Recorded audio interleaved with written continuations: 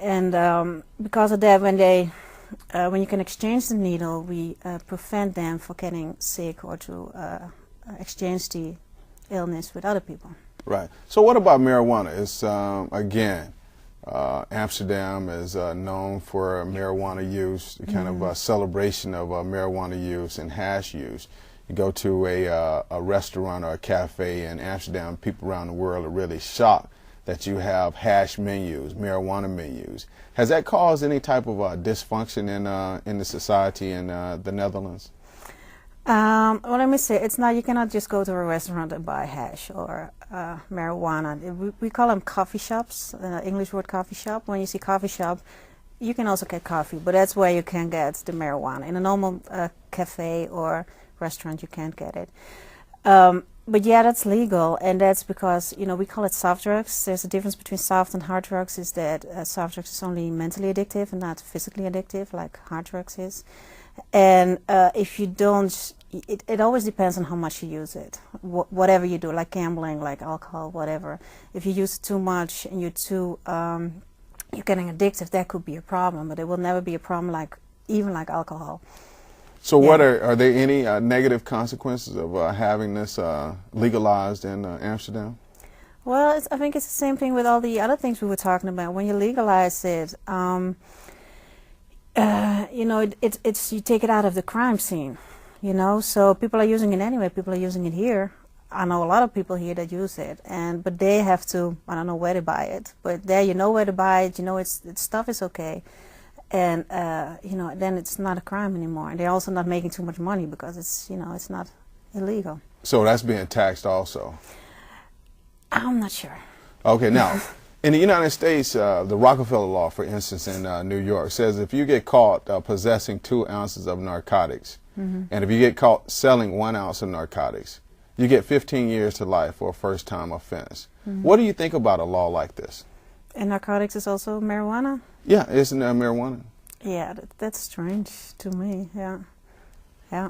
So did you see, you've dealt with the incarcerated population in your capacity at the Salvation Army. How do you deal with people who are parolees, people who have been incarcerated and then they come out?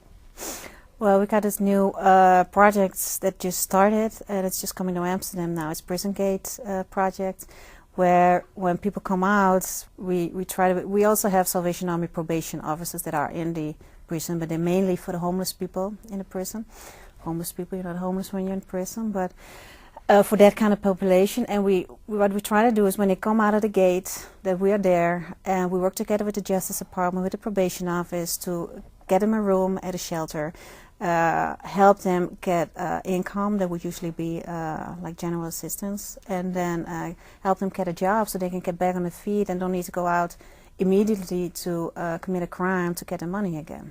So what do you think about it? If you had to, let's say, rate on a scale of 1 to 10 in terms of social service outreach in Amsterdam and in the Netherlands, are you proud? Is it a superb system, or how would you rate it? In Amsterdam, it's pretty good. I think the effort definitely is like 8 or 9. The way it's not always going really well, of course, but I think we're doing pretty good. The bad thing probably is that the 4 largest cities in the Netherlands get most of the money, and I work in Amsterdam, so that's great. We get a lot of money, and we can do a lot of good things. The other cities get less money, so they can do less things. So.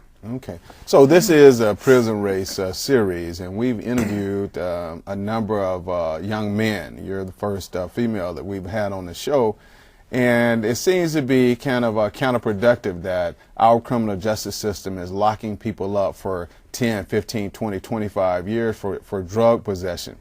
Now, some people will argue that drug sales should be punished harshly.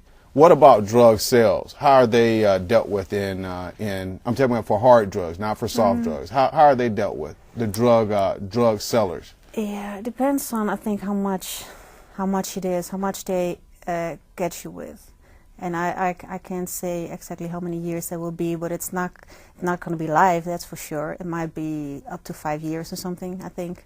Right. Yeah. Okay. So do you have any other kind of comments about what you've seen from a comparative perspective in the way we deal with our population here, our disempowered population, compared to the way you deal with the disempowered population in Amsterdam? Well, what I thought was really sad here is that the real homeless people here, like the psychiatric patients, the drug addicts, they don't get into a homeless shelter because you need to be clean and sober.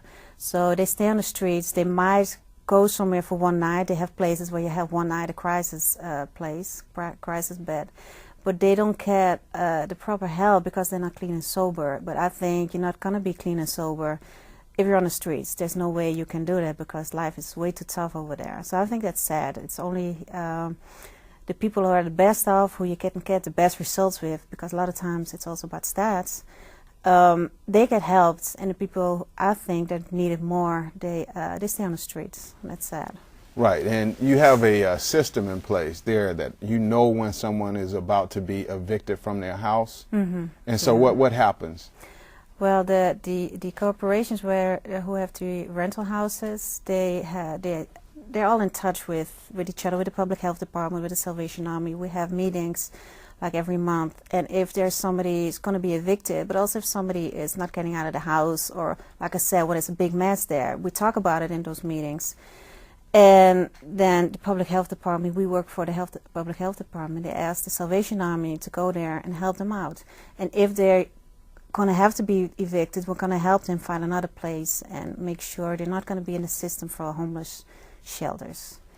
So everyone, all the agencies are working together? Yeah. Okay. Mm-hmm. Well, I want to thank you for coming in, because I think this is fascinating. It really is riveting that you could provide and shine light on this from a comparative perspective. For a lot of people looking at this, this is, I'm sure, strange that you would have this type of intervention that is so warm and so productive when we have a system here that is, we kick our people to the fringes of society. We don't offer them any help. So I think it's inspirational for you to come in and to give us a different perspective on some of the issues, the fundamental issues that we're dealing with here in the state of California and here in the United States. So I want to thank you for coming in and sharing your insights with us today. Okay. You're welcome. Deaf and loud, cats squint when they hear the sound. Rock you in your face.